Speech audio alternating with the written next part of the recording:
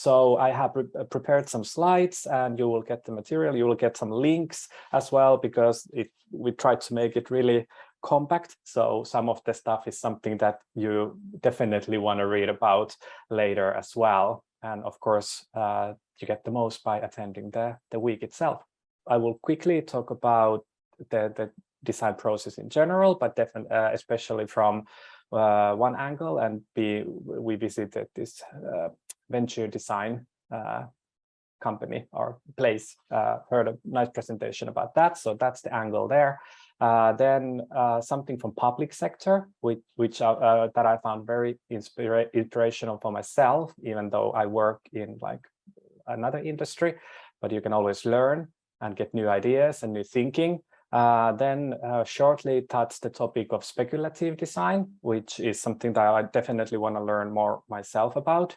Then a topic that is super important to me as well, and many others, the design for planet, design for good. We had an amazing presentation by Kat Rue regarding that. And in the end, I have made a shorter version of the presentation that I gave in the week itself regarding emotional value index, which I don't remember how you, Ekaterina, kind of phrased it, but it's the next thing after NPS. So we at Stockmann, we don't measure NPS anymore, net promoter score. We have changed our CX measuring a metric to emotional value index. So I will tell you that story as well. So firstly, we visited Founders Factory, and Sahil and Jacob gave us a really intense, a lot of information, a lot of new ideas, and I kind of wanted to touch some of the content in this presentation. And well, first of all, I really liked the description that they had for the role of venture designer, or like the team venture designer, in a way, the role. And how they kind of approach, they have the venture design phase before they actually start building anything, and how they have built, they have like was it like around 100 different professionals in the company or the community, where they kind of come up and foster new ideas, new innovations. And the venture designer is kind of like in the hotspot of several different skill sets.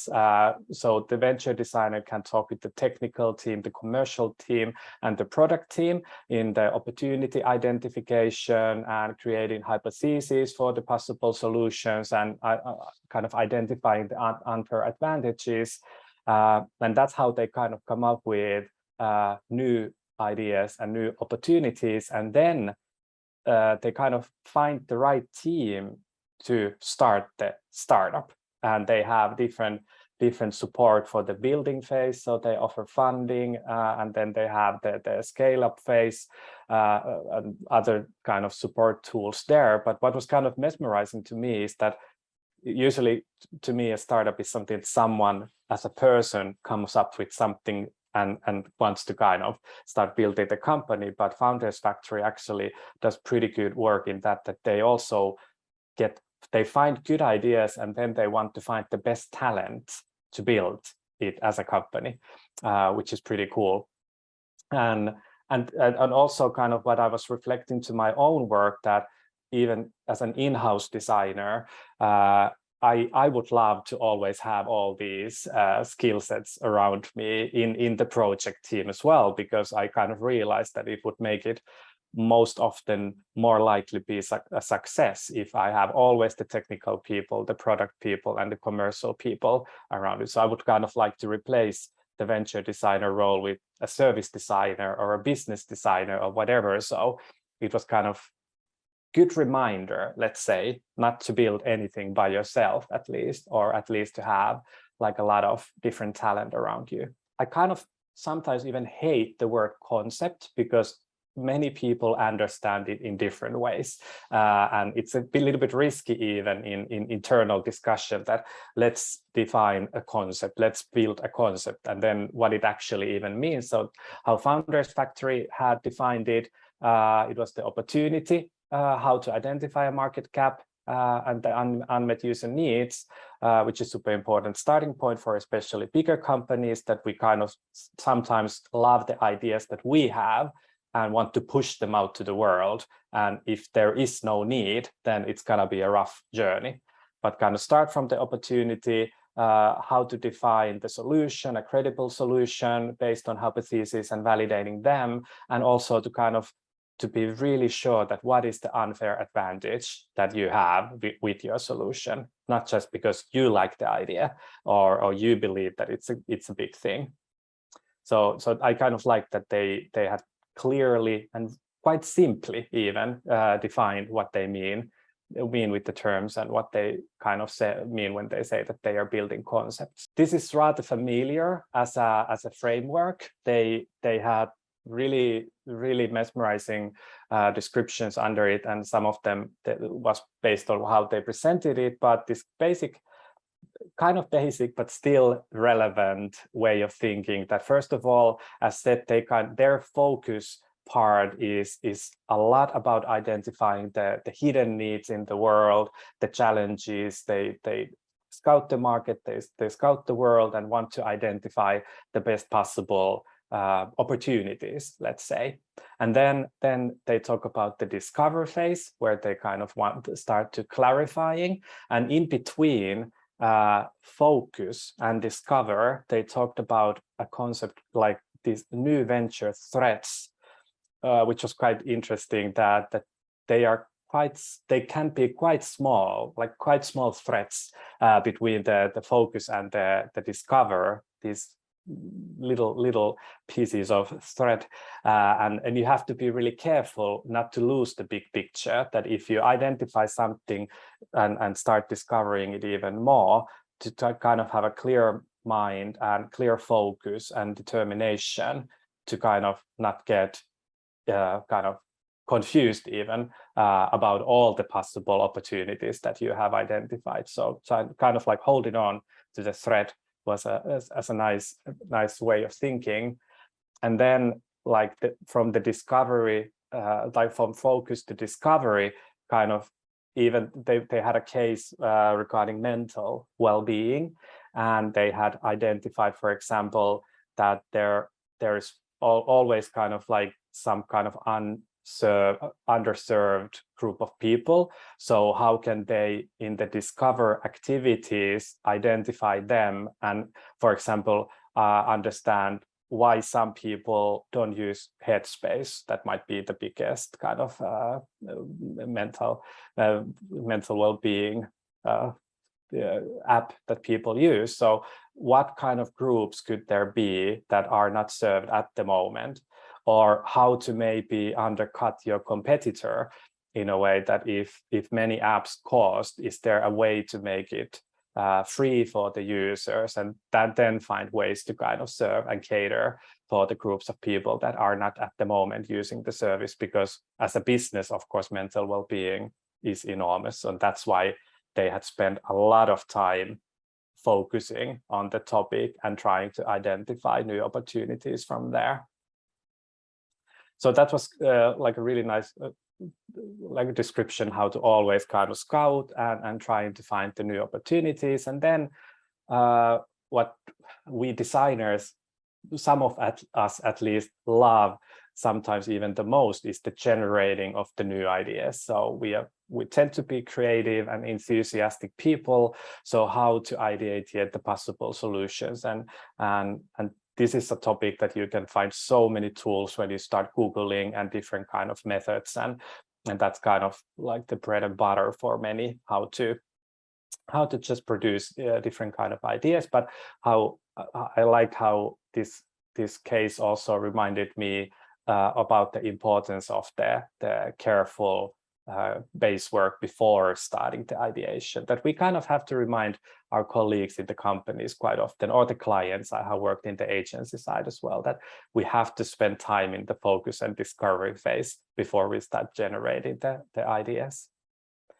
And then the fourth and the fifth one, like how to challenge even your own ideas, how to be kind of honest and brutally honest sometimes about it. So you kind of you want to make sure that your good ideas are really super good before you kind of start executing them.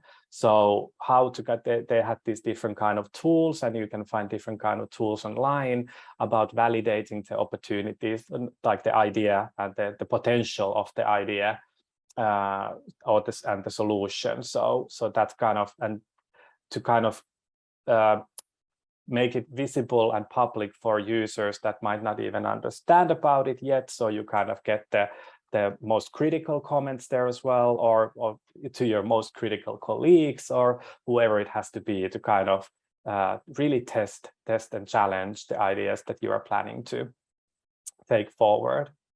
And then the check phase, like not piloting about the solution per se, but just to kind of make sure that you test in all possible ways the best possible ideas and opportunities. Maybe do some mock-ups, maybe not even like real products yet, but these kind of you can kind of do some fake ads and whatever to kind of see that would people sign up, would people click, whatever is the testing method. So, and this is the wheel that keeps turning and going on forward all the time. But how Founders Factory kind of does this, that they produce the ideas and then they believe in the end that, okay, this is gonna be a viable business idea, and then they find the team who actually takes over and starts building the company. Of course, they support them. That's the idea. But kind of like they find new people who start kind of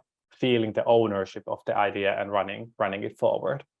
So Meka and Mike gave us, again, a lot of interesting content, really intense presentation.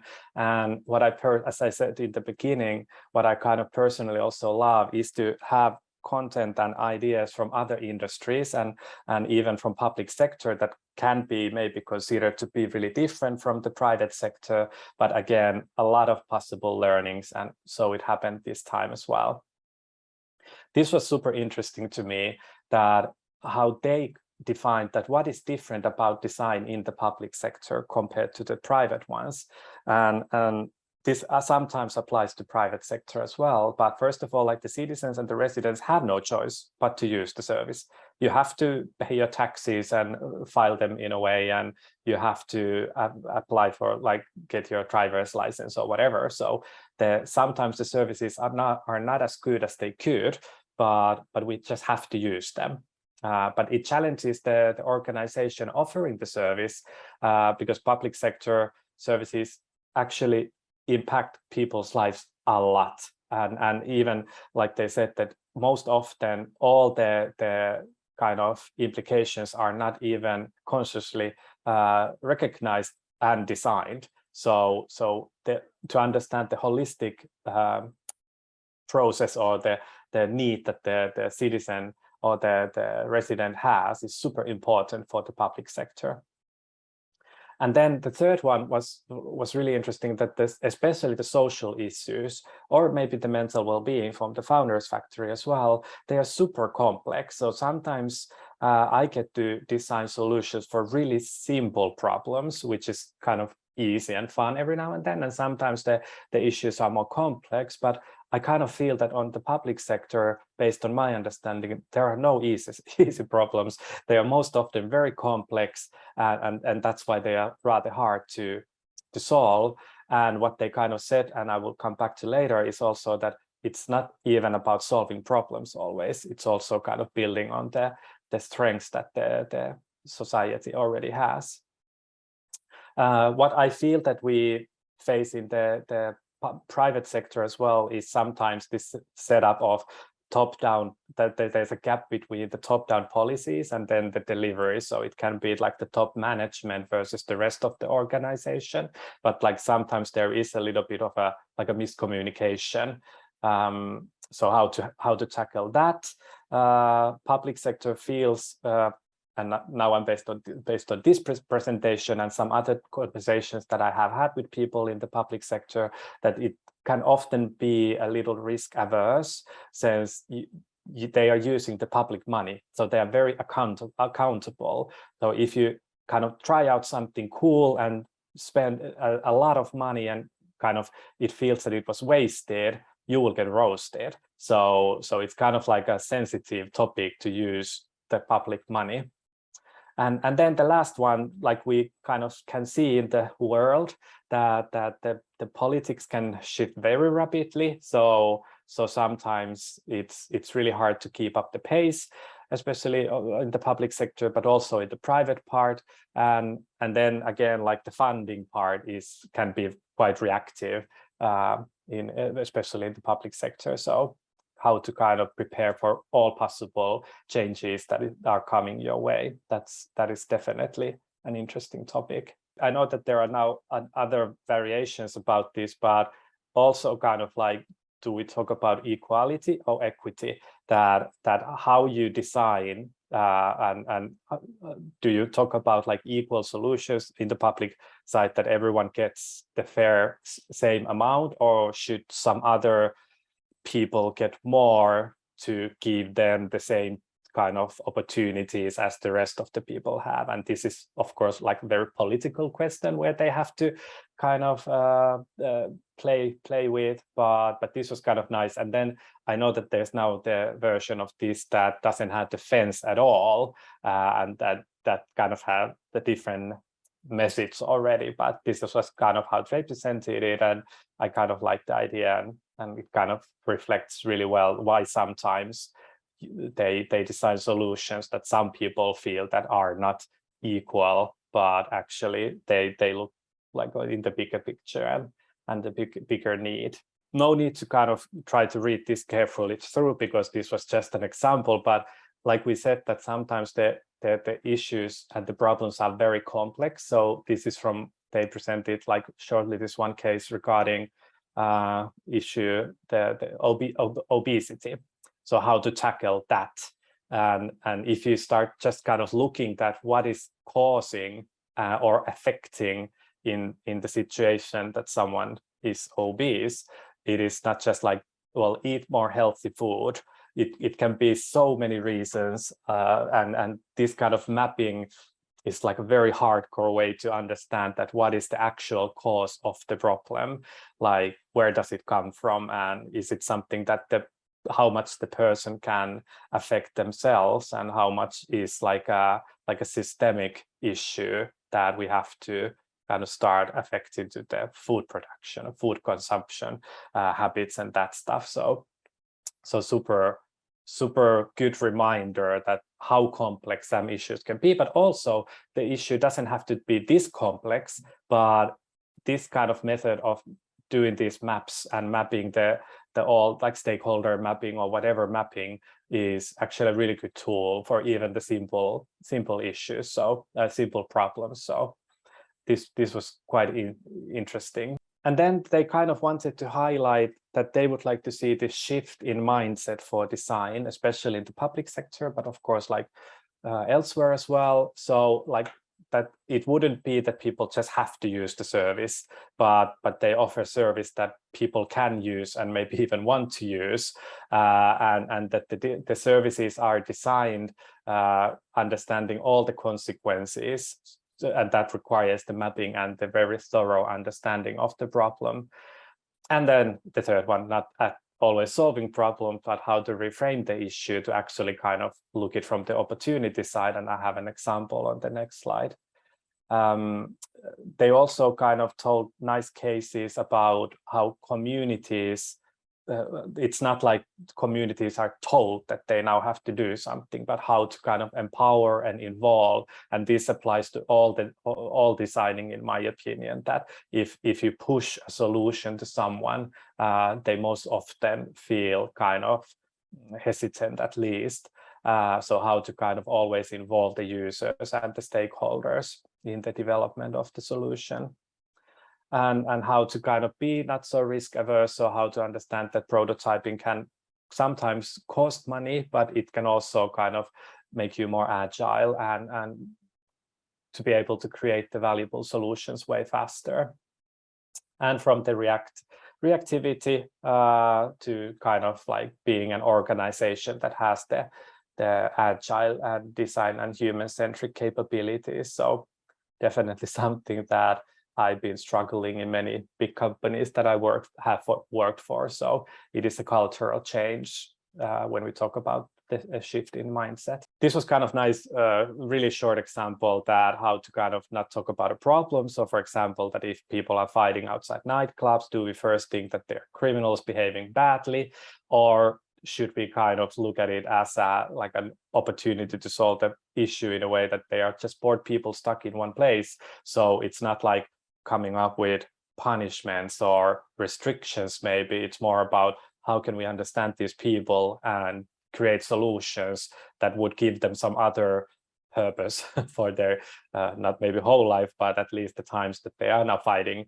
outside nightclubs, that they might have something more interesting to do. So also to kind of forget your own attitudes sometimes, to understand, well, like why some people are obese, or why some people have problems with alcohol, or whatever it might be. So to see opportunities instead of problems. Really nice reminder. Just to quickly recap this one as well. So they kind of said that, okay, they have to design in these kind of different conditions. There are the politics that I highlighted already, the culture and the economics. And this was a nice example that they showed that like the more trendy, for many at least, is kind of like, if you talk about culture, that's where designers want to work, and that's where kind of the younger generation kind of think that the office looks like, for example. And the photo on the right in the bottom corner is from the place where you actually go and present your solutions. So this kind of boardroom, cabinet kind of atmosphere. So how inspiring, or how challenging in a way to challenge the thinking the room is that has been in use for hundreds of years maybe, which is of course like nice in historical point of view. But if you kind of need to come up with totally new solutions into new situations in the world, maybe you kind of have to shift the conditions that you do the design work in, and the culture is one of those, of course. Then the third one regarding the speculative design, which is a topic that I said I really want to learn more about. And we had a super interesting presentation from J. Paul Neely, and you can find his website there, neelyworldwide.com, that has a lot of interesting content as well. So yeah, he gave us a presentation and made us do some exercises, which is of course always fun and educative. So he was talking about this concept of these future cones. So when we look at the world from the point of today to the future is uncertain, to say the obvious first. And we might have these small bubbles are kind of the possible futures or the outcomes. And there are some that are more likely, the kind of or more hope, the gray area, and then the lighter area is kind of like that might happen if the whatever situation shifts into a new direction, but it's even harder to predict will that happen. But we might have some kind of future that we prefer, and we kind of maybe want to design for that, but we most often have to also prepare for some other possible kind of outcomes or futures as well. And what he kind of highlighted as well is that the speed of things happening nowadays. So if we think this is like a historical point of view, that if you think about hundreds of years ago, like Enlightenment or Industrial Revolution, everything happened way more slowly. So it was kind of easier to adapt to the future that is coming. So we can kind of see that some shift is happening because it was happening way more slowly than nowadays. So kind of today, the singularity and like singularity of future, but today everything happens way faster, and we have to be really agile because the shift in the world that we are going towards can happen way faster than before. And how could we, as designers and business leaders and whoever, prepare ourselves for this? So this is kind of a full slide of stuff, but we kind of went through this content piece by piece. But what we kind of did, and what I like, that when you have identified the signals, like Founders Factory was maybe doing different kind of signal identifying, then we use one tool that we tried out was this future wheel, where you kind of choose the signal and then you start mapping out what kind of direct consequences. That's the first line on the round bubble, whatever future wheel that is, the bubble diagram that is the future wheel. So you had the direct consequences that will affect kind of directly something, and then you have the indirect, because there you can even come up with, again, something that you couldn't even think about in the beginning when you started tearing it down, the signal into smaller pieces. And then you do these different kind of scenarios. The speculative design is like definitely like designing for the different scenarios. So it can be whatever shape and size, but you kind of have to kind of come up with different kind of solutions. So you can then start understanding what the implications would be. And then we usually always talk about forecasting, but I also love the term backcasting, that then when you kind of have the different kind of more likely or less likely opportunities identified and designed even, then you start backcasting that. What does it mean for us? How, if we want to go that way, what does it mean for the company, our strategy? Do our current products fit that need, or do we have to shift? And if we have to prepare for 3 totally different futures, that can be in some cases the situation. How can we as a company prepare ourselves for that? It might require like investments and whatever, but that's kind of what we have to do in order to not, unless we want to take a risk and believe, and then we can do also lottery and hope for the best. But this kind of forecasting and backcasting is kind of like a risk management in many ways.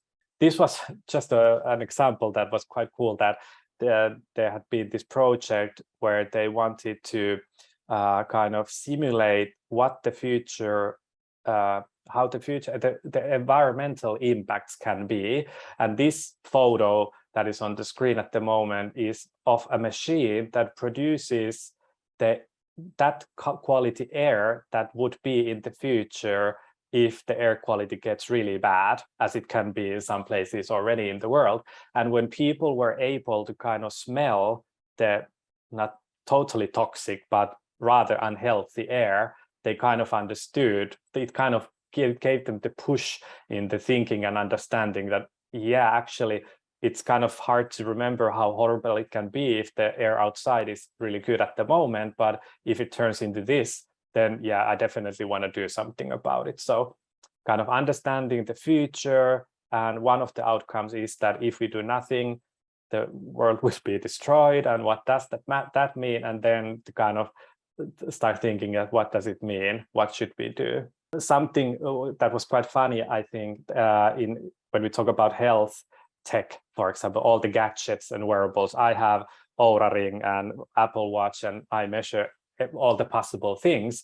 But about this kind of the joke that, because there was this insurance company that said that now they'll only sell the health insurance policies for people who kind of give the health data to them. So now you can actually kind of start seeing people putting the Fitbit on the dog's collar to get the steps or whatever.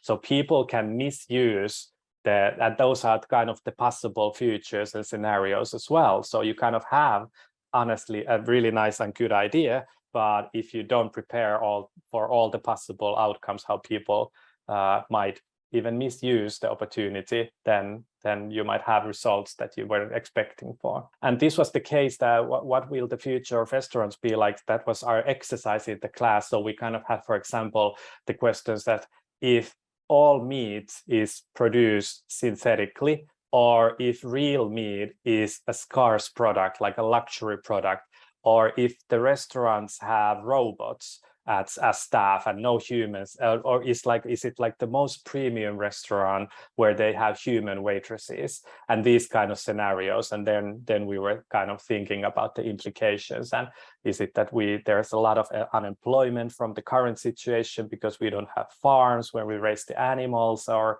whatever it might be. So different kind of implications, and then how to come up with solutions and opportunities from those. Lovely Kat Drew told us about design for planet from Design Council. And that's the bold statement in the beginning, is that we are going to have to redesign almost every aspect of our lives, because we know that the way of living is not sustainable. So we really need to use design and change our behavior and consumption. And why design? And this was kind of powerful, especially from the product design, but from other angles as well, that, for example, 80% of the environmental impact of any new product is determined at the design stage. So how it's manufactured, how it's packed and delivered, how it's kind of recycled afterwards. So it's something that is kind of decided in the beginning of designing the whole product or the service in some cases. And that there's a huge need for change, and like 40% of UK's total carbon footprint comes from the construction industry. So definitely a need for new solutions and ways of doing stuff there. And there's like an endless amount of these quite awakening facts that challenge us as designers and solution creators.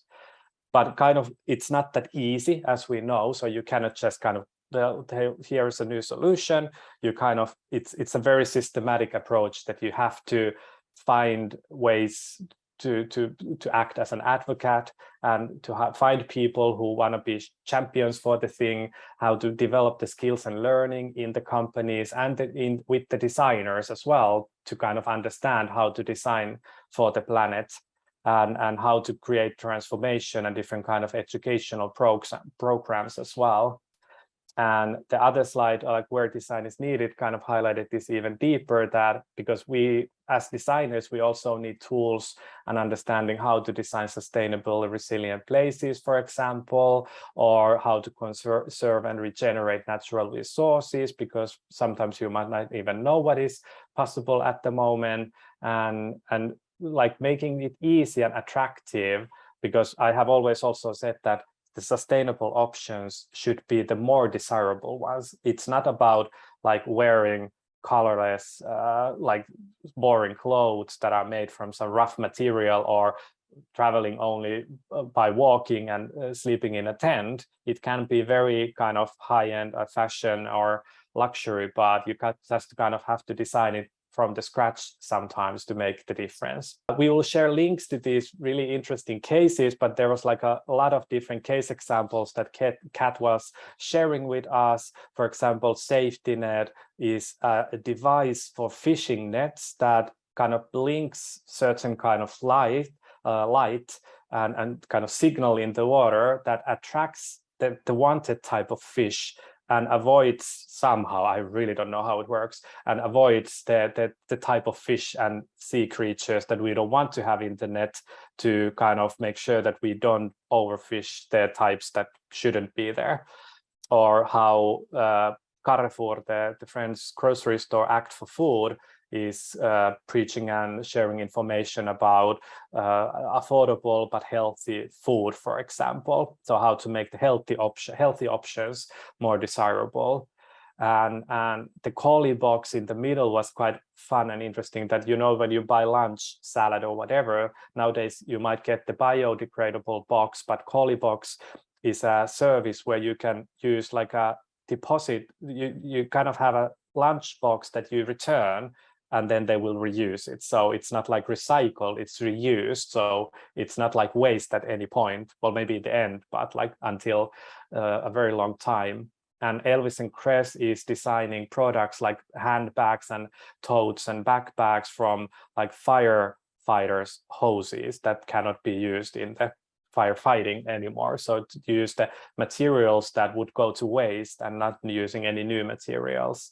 And then like sustainable and resilient places, like the Port Loop, for example, in Birmingham, I think it was, that like a totally new neighborhood that is very ecological. You kind of commit to certain rules and ideas when you move there, but it's very desirable place to live. It's beautiful, it's green, it's safe, it's healthy, not a utopia. It's like in the middle of the city, but people kind of commit to the values because everything has been made easy. You can borrow stuff, you don't need to buy everything that you need, and they can grow. There's a lot of green space and that kind of stuff. And Broad on Trust tackled an issue of like flooding river that destroyed and caused a lot of damage. But of course, with the weather issues we have, there are these kind of extreme conditions every now and then. So they built these wetlands that are used as a park and recreation area, and even like educational area to kind of teach what kind of plants to grow there, and what trees to grow there, because they tie a lot of water, and then when the flood sometimes comes, it doesn't kind of destroy anything because it's like a designated area that can be used for that in the flooding times. But in the other times, it's recreational area for people to kind of spend time, and the schools to go there to kind of educate the kids and stuff. So kind of win-win in several ways. But very interesting case examples. So definitely check those out. And then there's this November, there's an event, Design for Planet, happening, not a paid ad, but I just think that it's just such a cool idea. So if you have a chance, go and, well, you can Google that and check out the content that Design Council is organizing.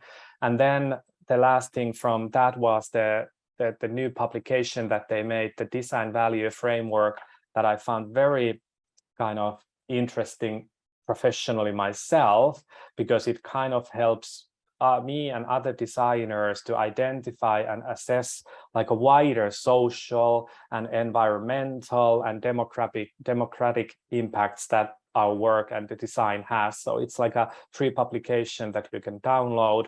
It has tools and methods from the creators of Double Diamond. So many might have learned about that already. So this is kind of way more complex in a way, because the topic is very complex, but super interesting in my opinion. So planning to try out several of those theories and methods that they are talking about. Last but not least, about the emotional value index. So as I said, we are using it at Stockmann, and I will quickly recap to you. And if you want to reach out later, I'm happy to talk about this on another occasion as well.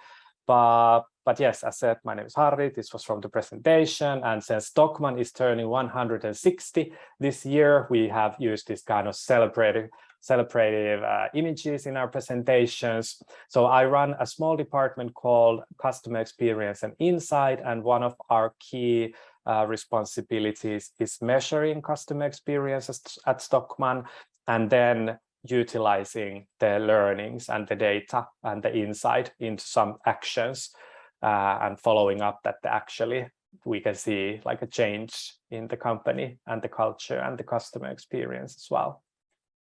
So as said, we are a 160-year-old company, which sometimes is a big legacy, and not in the best way, because you know that if someone has been working in the company for 30 years or 40 years, they have a lot of knowledge, but sometimes it can turn into also to the comments that we have tried that before, or the old, because Stockmann had a really rough time recently because of the retail is changing and COVID and whatever. So we kind of really have to renew some of the methods that how we are doing things, but we still believe in the same ideas that our founder. So we want to offer the best service in town. We want to have a unique selection and offer these wow experiences. But of course, they are a little bit different things now than they were 160 years ago. We operate in Finland, Estonia, and Latvia at the moment. So those are the countries that you can find Stockmann department stores. In our strategy, we have a customer promise, a feeling that lasts, which is one of the reasons why we talk about emotions and emotional value index, because we are a premium retailer. So it's not about the cheapest price or the like fast moving goods that we just want to kind of sell quickly. We want to create connections and memories and legacy and that's why our customer promise is a feeling that lasts. And this is something why we talk about emotions, that this lovely quote from Maya Angelou, that I learned that people will forget what you said, people will forget what you did, but people will never forget how you made them feel. And this applies to companies, in my opinion, as well, because if you get really bad service or mistreated somewhere, you will remember and you will tell everyone about it. Or on the other hand, if you get really good service or lovely experiences, you also remember that. So it's not about always the details, it's more about the feelings that you actually get. EVI, the Emotional Value Index, is a framework that is created by a company called Feedbackly. So they have based the kind of way of measuring into several different theories. You can check these out after this event, but yeah, there's like a lot of science, so it's not just about fluffy pink feeling discussions. It's very scientific why we are using this and how we measure, and this is kind of in short what it means. So the Emotional Value Index is, as a measuring tool, it's this kind of smiley face, not the happy or not kind of thing. This is a more detailed. So the result can be anything from -100 up to +100. So like NPS, the Net Promoter Score. But how you calculate it is that people who give us choose enthusiastic or joy, we get like the most points from those feelings. So those are the ones that we are aiming for. Then there are the more positive, mildly positive, indifferent, surprised, and trusting. And then there are the destroying cluster. So basically, if one person says that they are enthusiastic after visiting us, and one said that they are sad, our EVI score is 0.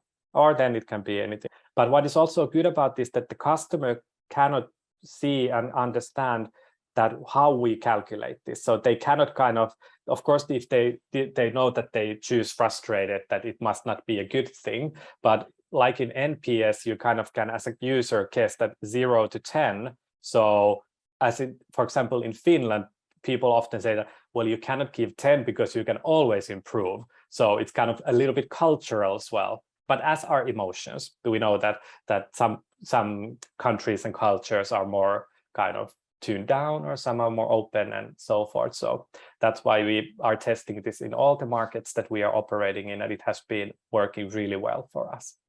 But this is the thing that customers see. So first comes the question: how did visiting, how did your experience at Stockmann make you feel? Then we ask why this feeling, because we want to understand a little bit more deeply. And then the third one is a little bit more touch point specific. For example, from the department stores, we ask, how do you rate the service, the selection, and the recommendations, and which department did you visit? So we have several of these surveys. I will soon tell you what are the touch points that we are measuring at the moment. But I want to highlight from this that the EVI can be used in several different levels, and our maturity is at the moment on the baseline. So we kind of track really well individual touch points, like all the transactions in different phases of the customer journey. But what we are kind of going towards is to understand the whole customer relationship. So how is Harri Nieminen as a customer feeling overall throughout the years of being a loyal customer, when something has gone down and why, or how as a group of certain like mothers with small children, what kind of satisfaction would there be? So we are kind of building these different more strategic and customer relationship management views to the measuring at the moment.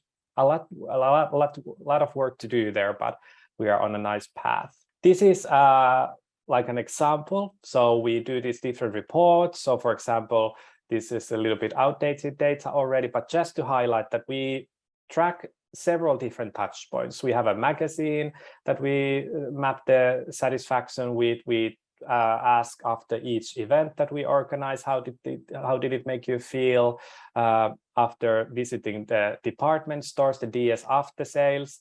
For example, after delivery, after you receive a package from Stockmann.com or our department store sends you something. Customer happiness is our customer service, but they want to call themselves customer happiness because that's what they want to produce, which is a really lovely idea. But then to highlight the colors that we have identified, of course, really quickly, what are the pain points? So for example, just the one example that in e-com, in our online store, the pre-purchase EVI is way lower than the after-purchase EVI. So pre-purchase is when someone is browsing the site, and after-purchase is when someone has bought something. So they are rather satisfied, but the big volume in the pre-purchase phase is rather unsatisfied. And this is a big project that we have going on. So of course, our e-com has a lot of development ideas that how they want to develop stuff and what they want to develop, but we help them to prioritize the ideas and the solutions. So we have tools to analyze the feedback. So we analyze that what is driving the most negative feelings. And of course, then we start prioritizing those. So as said, the number itself is not useful, but understanding behind the number and the metric. So it's important to measure, but it's even more important to act and then design in many ways, like I described in the previous slides, the most sustainable and profitable and customer experience positive solutions for the problems or the opportunities. When we talk about our kind of voice of customer program, we talk about the listen, analyze, act phrase. So we kind of want to make sure that everyone can listen to our customers. So from our Feedbackly powered by Feedback survey, we have one tool that anyone in the company who can access the company online, so basically everyone, they can access this dashboard where they can see how it's going, what is the score per whole company, per different units, what is the development, because I believe strongly in this kind of democratic way of sharing data and understanding. So when everyone feels that they can access it, they most likely get more interested and want to understand more. And then we have this kind of dynamic unit-specific reports within teams, actually. So like Helsinki, the capital of Finland, has our biggest store, almost 60,000 square meters. So it's a huge department store. There's like 600 salespeople working there. So they all can access like Helsinki department store specific report where they can see all open comments and all open feedback from our customers. What is the EVI? What is the EVI of every department? And technically we can track the EVI even to an individual person. But at the moment we are not doing that yet, but like going towards more personal result communicating as well. And then the third one, kind of an important tool for our team, not used in the whole company. So we have an AI-based tool called Aivo. It's a Finnish company because we operate mostly in Finland. Our biggest volume in feedback is in Finland. So we kind of needed a tool that can analyze Finnish language, which is not the most spoken language in the world. So it's not easy to find always these solutions, but Aivo is an amazing, and they do it in all languages. So we use this one tool that analyzes the open feedback. We get this year roughly 100,000 responses in the survey. So that's a lot of open feedback, luckily. So Aivo tool analyzes that feedback. And as said, for example, in the e-com case, we analyze from there what is driving the destroying feelings, what is driving the positive advocacy feelings, how to make sure that those things work even better, and how to make sure that we tackle the most big pain points that we might have there. So trying to share, but yes, to analyze, we help to analyze. Our team helps the company and all the units to analyze, but then it's everyone's, and this we talk about in the company a lot, that it's everyone's responsibility to act based on the learnings and the insight, because that's the way that we actually see the change in the culture and in the customer experience and in the business performance as well. Brilliant. Oh, thank you so much, Harri. It was incredible. And it's also so good to, again, go back through all these insights in a very concentrated and summarized form, and definitely gave me lots of ideas. So thank you so much for sharing it with everyone. I hope everyone who is on this call today that you found that useful. If you have any questions regarding anything that has been shared, please put that in comments, and we will elaborate more and try to dive deeper into how does everything works that we just shared. But we also got lots of questions that have been submitted beforehand for this lovely webinar. There are hundreds and hundreds of comments, which is amazing, and also probably means we won't be able to answer all the questions that have been submitted, but we'll try to go through as many as possible. I would like to actually start with a kind of a big one that we're actually discussed between ourselves as well recently, because part of the name of the program is Design Thinking Innovation Week, and I suppose there are parts about it that include design thinking. And design thinking had an interesting history of being a hype, being a very unknown methodology first, then becoming this big hype, and now it feels like is it reached its, I suppose, peak and now fading away a little bit or not. So we have lots of questions actually from people asking, is design thinking still a valuable methodology to use in companies, or it has its peak, it has its moment, and now it's gone and we should move to something else? What do you think, Harri? Well, I kind of identify what you just said, and we've been discussing about this, that certain hype might start to pass, but in a way, as I have for a long time believed, that you don't have to be a designer to use design methods or design thinking. So I strongly believe that there is place for design methods and design thinking and this kind of creative critical thinking. Is it such a big topic as service design was recently or a few years ago? Maybe not, but I think it might just mean that in a good way, it's becoming mainstream. More people know about it. And as I have been training internally, like different kind of development managers and product owners, I have been very happy when they have learned the basic design methods and started to use them in their work. And I have made myself kind of not needed in those basic projects. And then the designers take over the more complex problems, like described in the public sector case, for example, that requires certain skills, for example. This is a great insight, and I totally agree that I think the I suppose popularization and democratization of design is a good thing for all of us. If people are a little bit more creative and think and research before designing thinking, before fixing the problem, before jumping into solution space, actually do your research, think, explore, and have that pause. I think in general there will be more great products, more great services, whether it is in public sector that we all use, or whether it is in any sort of other company or product. So that's good to hear.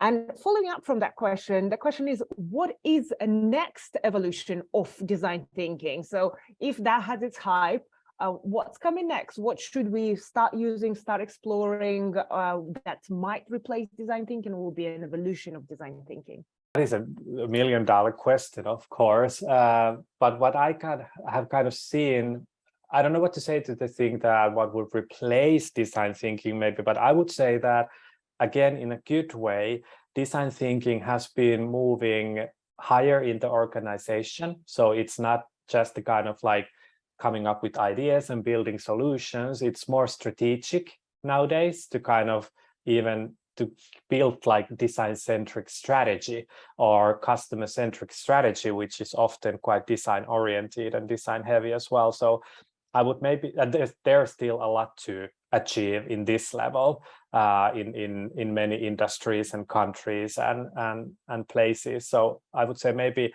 that is something that I expect a lot from, that design would be the everyday topic and bread and butter in the top management and all the strategy work and this kind of business critical functions as well. Yeah, I think the conversation about design-led organizations has been happening for a while, and I think the word design just means so many different things. But I think as we discussed, the kind of having the space for exploring the problems before jumping to solutions, and actually caring about the customers and consumers, instead of just kind of coming up with something that doesn't need to exist. I think that's a good place to start for any department in the organization. We have lots of questions about the process actually of innovation and process of design thinking and process of any other innovation process that exists out there, and specifically talking about consumers, because design thinking is very consumer focused and human centered and user centered, whatever term you prefer to use. But how much should we be focused on human consumer, and human consumer should inform innovation? Should we ask them or should we lead them? I would say both, most likely. I have a case at work that we are designing a new concept that is new to us and our customers. So I have reminded everyone that people, first of all, most often can easily comment on stuff that they know or are familiar with.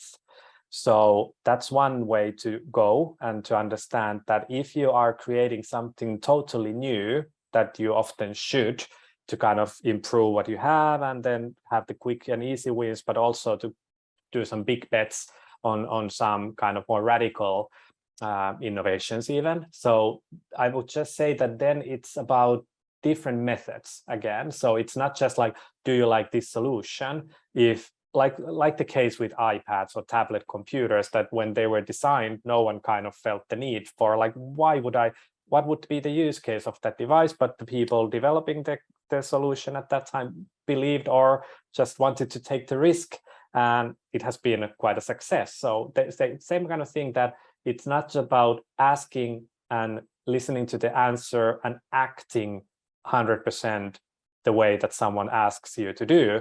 It's about reading between the lines and trying to understand the human behavior and the hidden needs.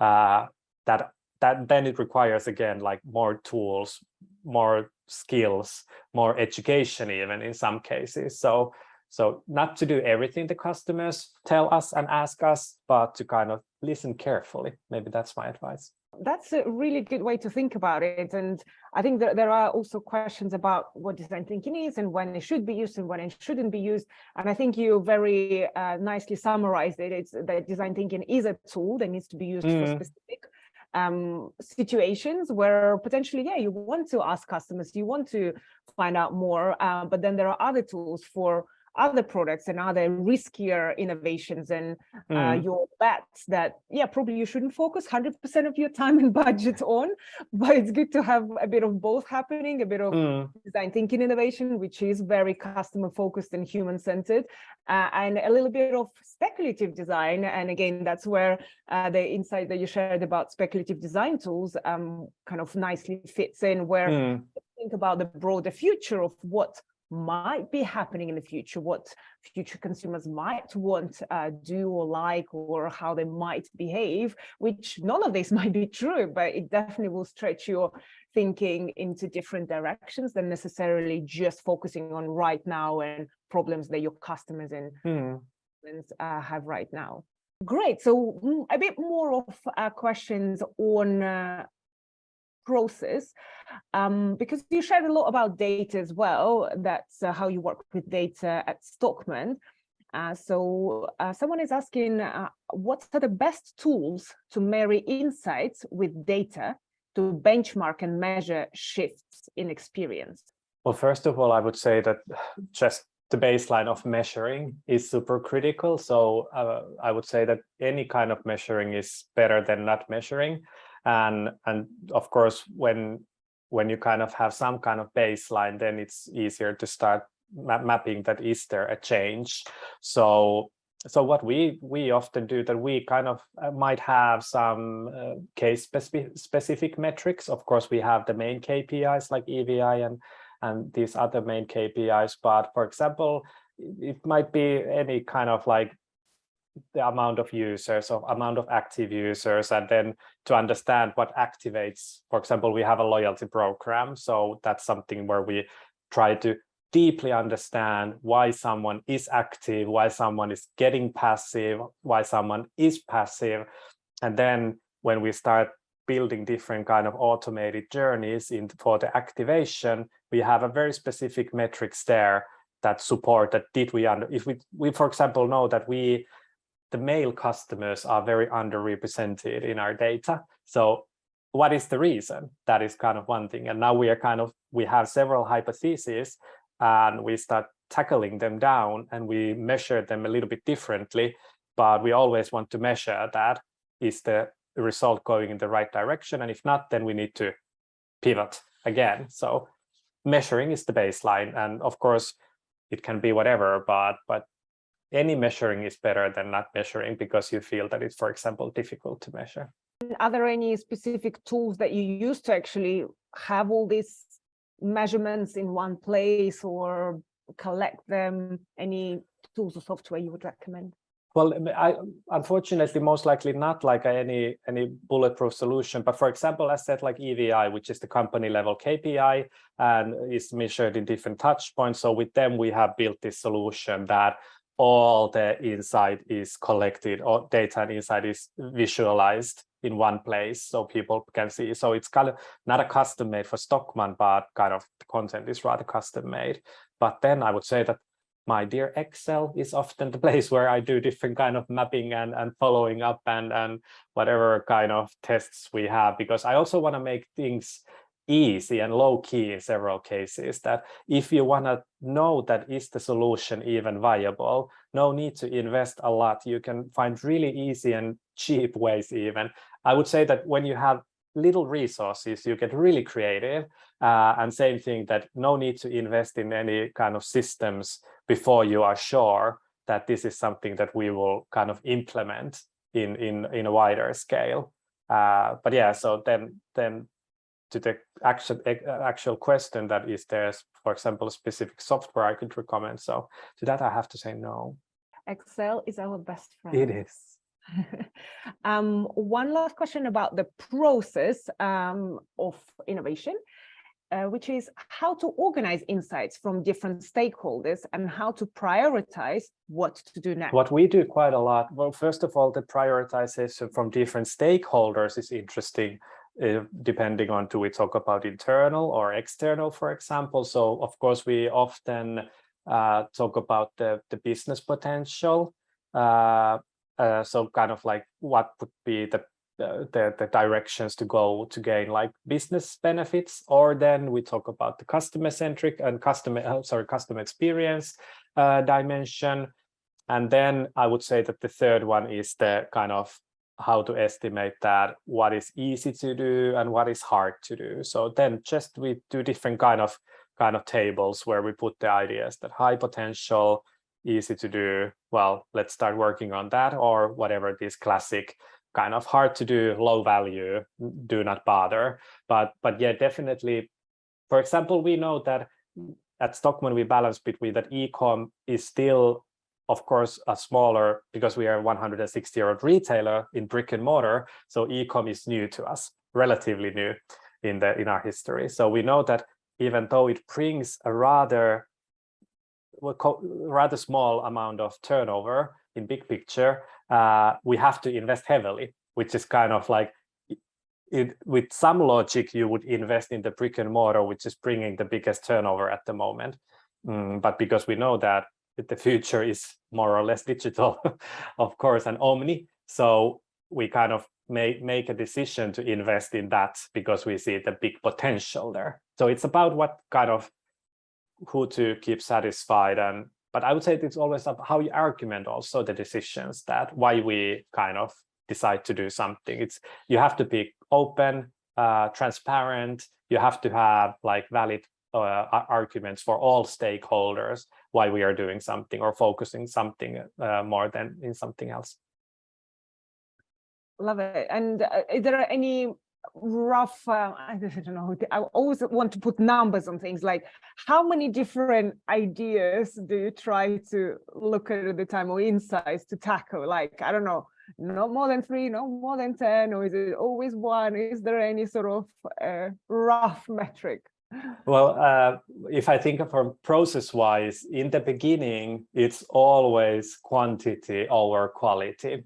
But the further we go, of course, then it's like basic resourcing, that if you have to start thinking how much work does something require to do and how much resources do we have. So don't be too optimistic, because usually it's like renovating a home, that there are always surprises that take more time and money. So kind of be maybe a little bit pessimistic, but I would say that the amount of, in the beginning, you have to have a lot of ideas, because it's 1 in 1,000 that is actually brilliant.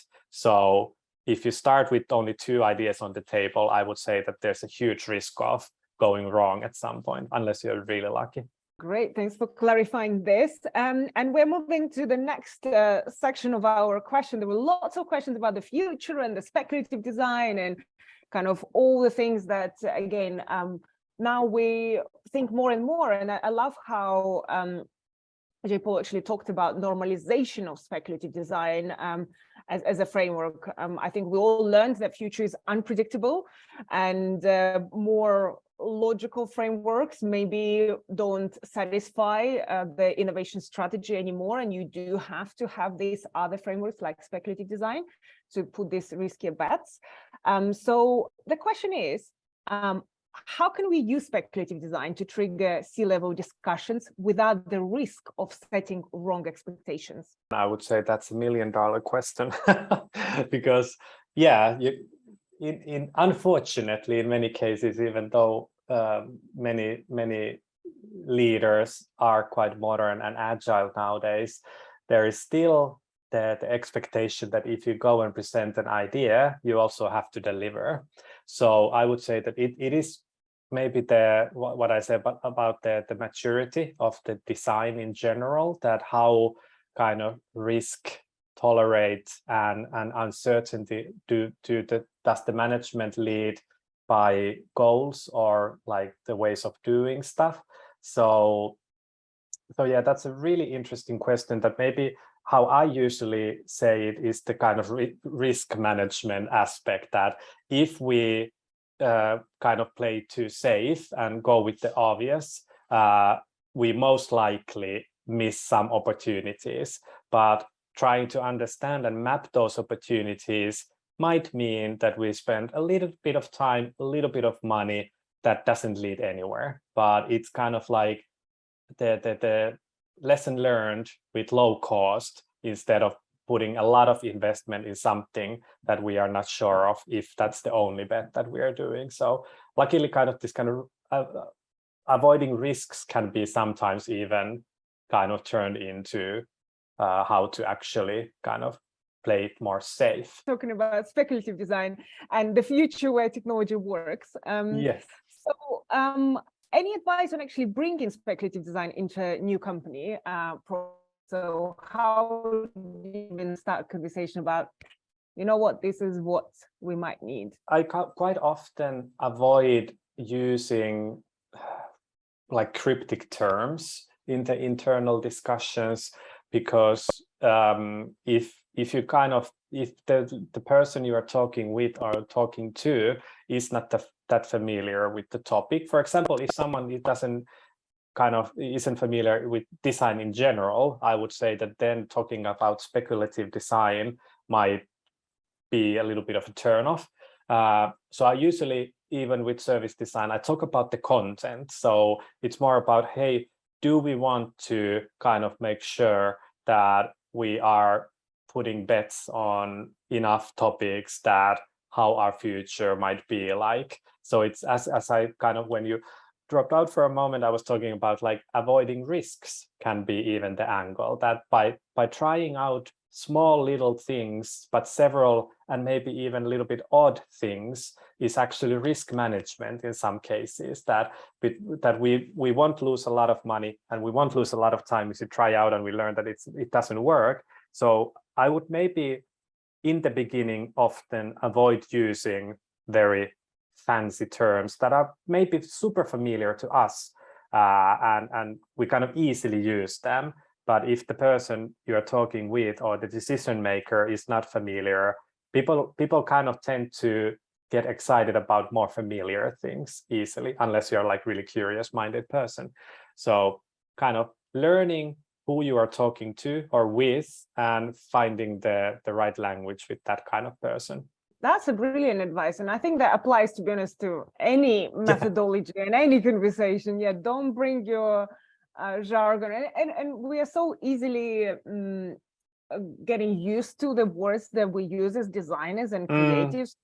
Start throwing them around about prototyping and testing and researching and MVPs and editing. And then we are surprised by the rest of the organization is not as excited about everything that we're doing, because they have no clue what's going on and what we are trying to do. But as you rightly said, if we focus on actually problem or the solution to the problem, what we are trying to do, instead of necessarily the tools and techniques and everything else, suddenly everyone in an organization can get excited how we can make customers happy, or make the service faster, or whatever that is.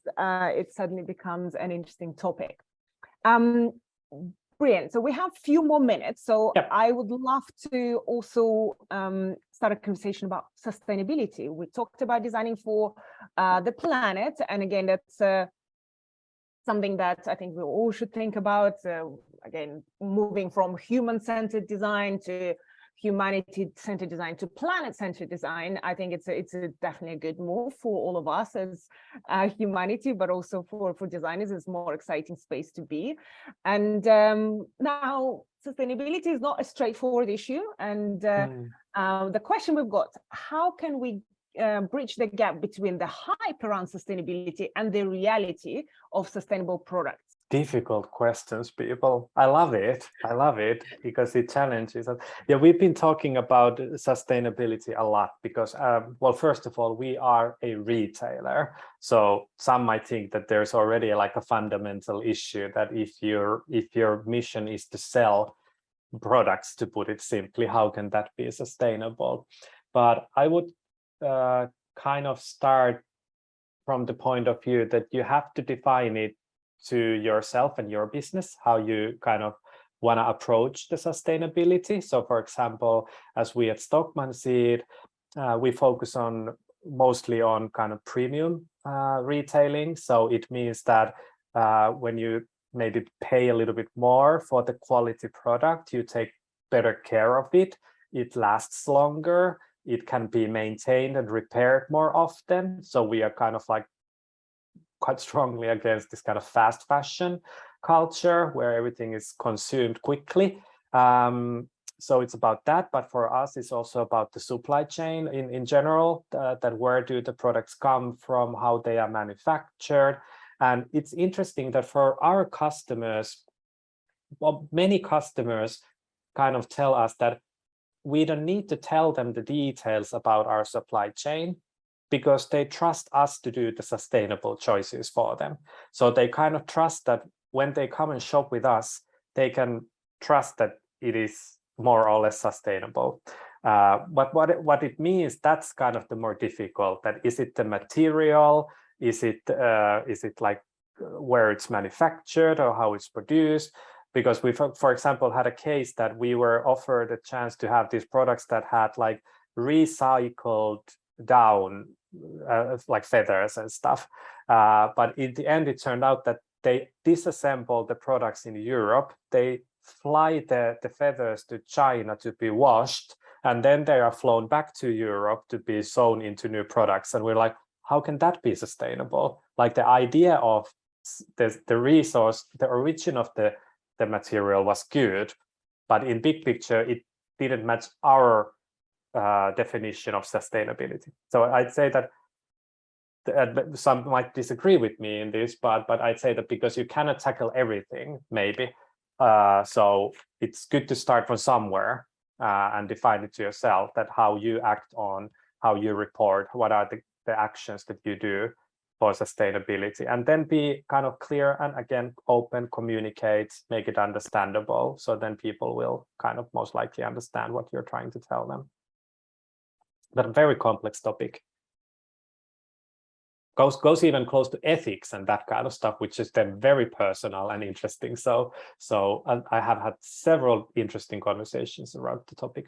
Brilliant. Well, I feel like, yeah, I don't want to open that Pandora box, because that conversation can be another 2 hours about, in general, ethics, sustainability, and everything else. Gladly, we are discussing in the design industry, so it's a good conversation to have, and definitely I feel like we should all be more conscious about it. We actually do share a lot of information about that on our Instagram as well. We constantly search for new frameworks and approaches, and also inspiration of great products and great services who actually figure out something in that space. And it's always great to get inspired by other people who actually do something good, and that gives us ideas of what we can do in our maybe huge organization of tiny startup that will maybe move the needle a little bit to save our planet. But let's finish off with talking about the future.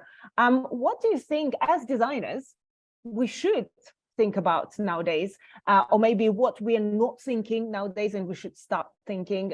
You've seen the industry here in London, you work yourself. Give us advice as designers. What should we focus on? Or maybe what you see designers focusing on right now? Well, personally, I think what is kind of an inspirational thought based on this week as well that we had in the summer and this in the evening session is kind of the planet-centric idea, because for years we've been discussing that you have to make sure that you are solving the issue, not just kind of the symptom. You have to do the root cause analysis. But I kind of realized lately in the planet-centric thinking discussions that even the root cause is not the root cause that it actually is, because it's the root cause within our business or our company or our process. But as said, like if 80% of the carbon footprint of the product is decided in the design phase or the service, it's kind of, that's the level that we kind of should be thinking. And it can feel very exhausting, because even our own root causes can be really hard to fix sometimes and take a lot of time and effort. But if we think that whatever we do affects like the framework that the Design Council had created, so I would say that if we as designers start tackling that question, then the consequences are just magnificent. That is great way to finish off our super intense and insightful session today. Thank you so much, Harri, for sharing all of your knowledge, insights, and experience. It has been such a pleasure, and especially you managed to pack so many great insights in a very, very short amount of time. So I'm very glad that we managed to talk about so many different topics and so many different examples and frameworks. This was super helpful for me, and I hope everyone who joined the call today also found a lot of interesting ideas and things that they can implement in their work. So thanks everyone for joining. It has been such a pleasure hosting all of you, and thanks for staying till the end. So please stay in touch with us. We'll have another wonderful webinar coming next week. It's all about branding. So if you are working in a branding space, then definitely you will enjoy that one. But thanks again. And Harri, you're amazing as always. Thank you. So are you. Hot. Yes, and please feel free to connect, and more than happy to discuss about these topics afterwards as well. Brilliant. Well, thank you everyone, and I can see lots of thank yous flying our ways, which is always great. So thank you all from all the wonderful corners of the world that you joined today for this magnificent hour and a half, and until next time. Yes, thank you. Bye bye.